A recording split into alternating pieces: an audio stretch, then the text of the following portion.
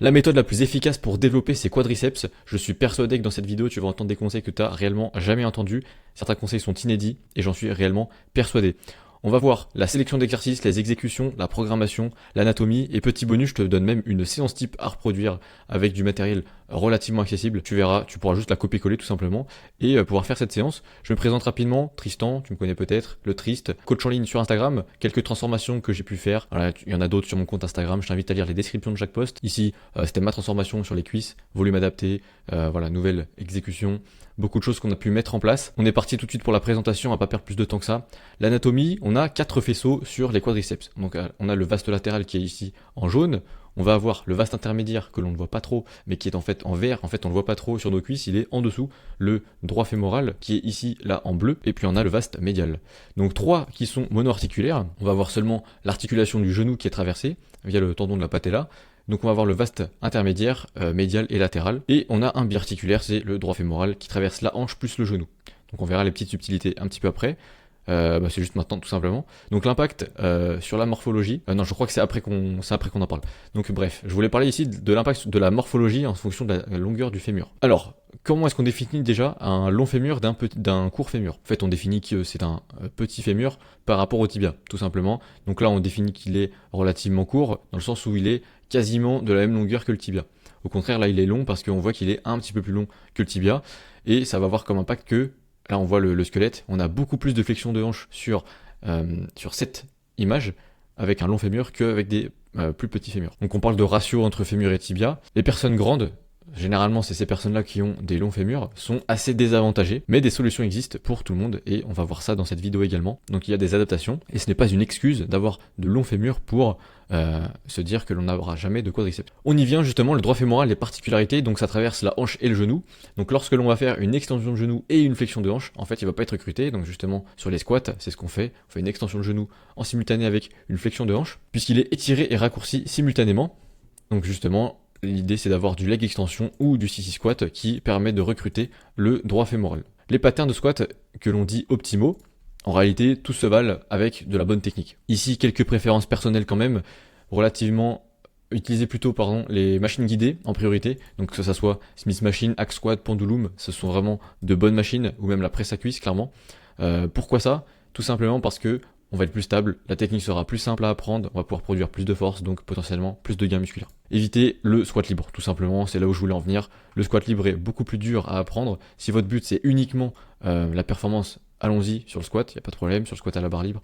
Maintenant, si c'est vraiment d'avoir des gros quadriceps, c'est le sujet de cette vidéo, évitez le squat à la barre libre.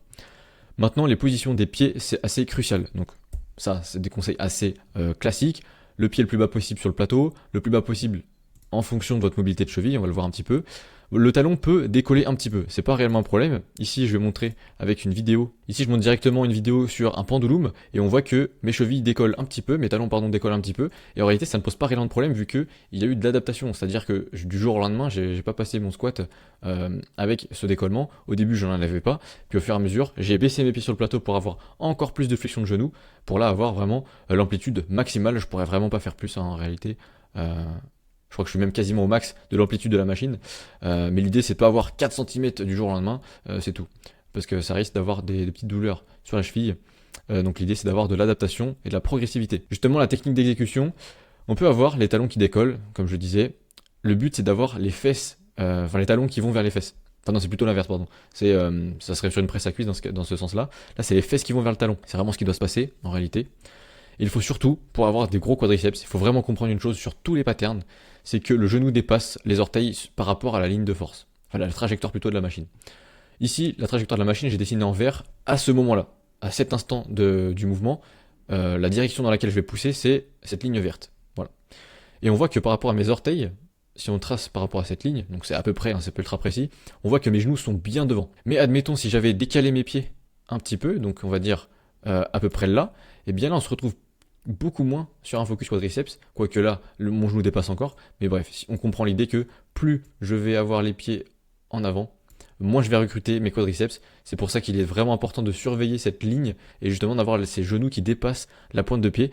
du moment qu'on reste dans notre secteur de confort, bien sûr, faut pas qu'on ait des douleurs aux genoux. Ici, on voit que j'ai très peu de flexion de hanche, hein, j'ai vraiment un angle à 90 degrés parce que c'est un pendulum. Le pendule squat a cet avantage-là d'avoir très peu de flexion de hanche et beaucoup de flexion de genoux.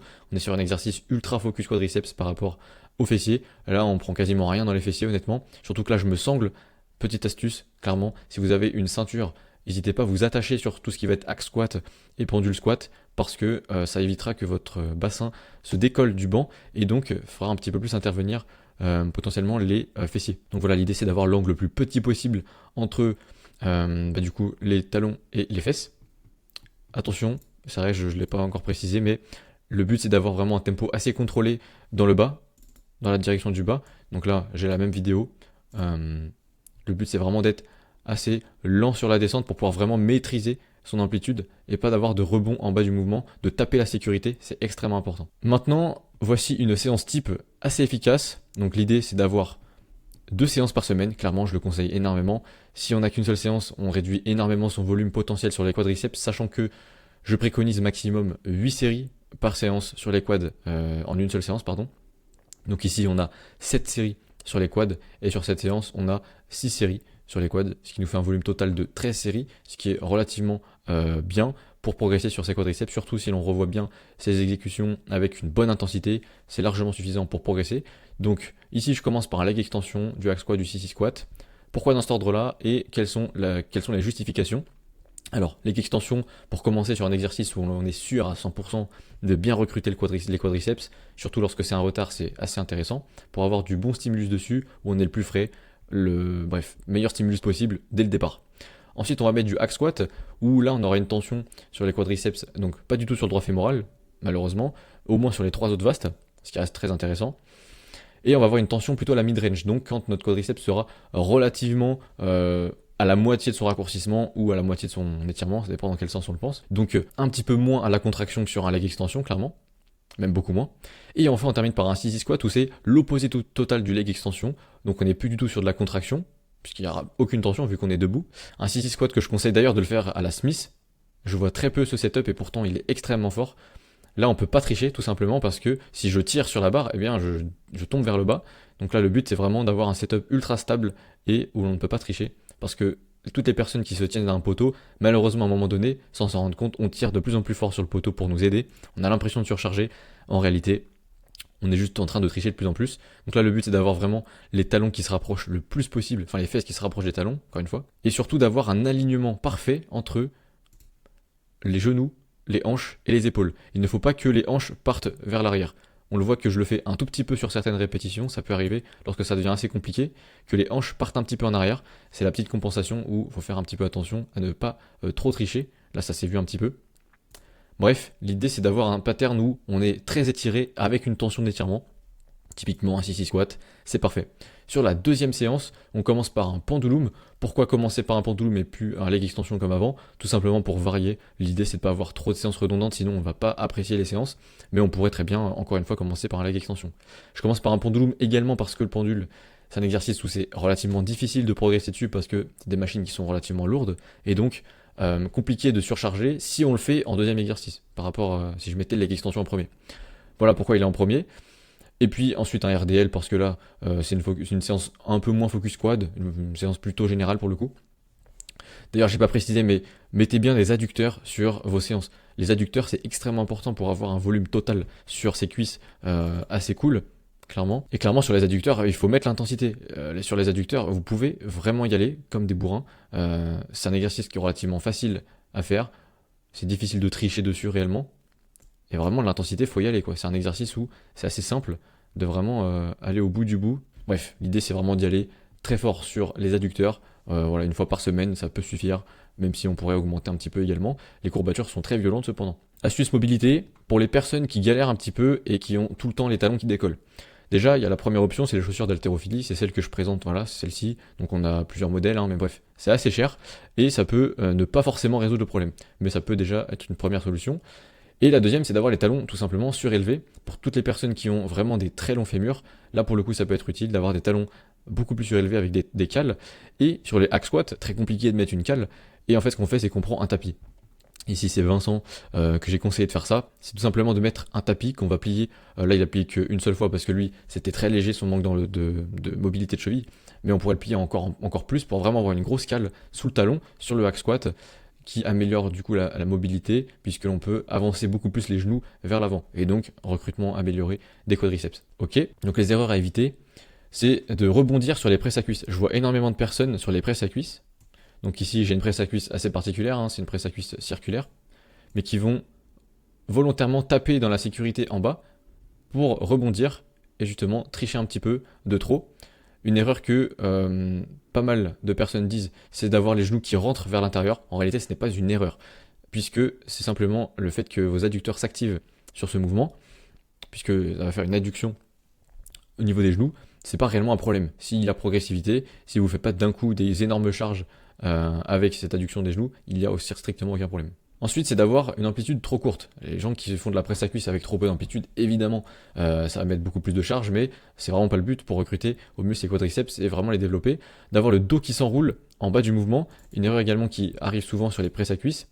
Bon, ici, encore une fois, c'est une presse à cuisse particulière. On a ici un coussin pour les lombaires, mais c'est d'avoir le dos qui s'enroule beaucoup trop en bas du mouvement.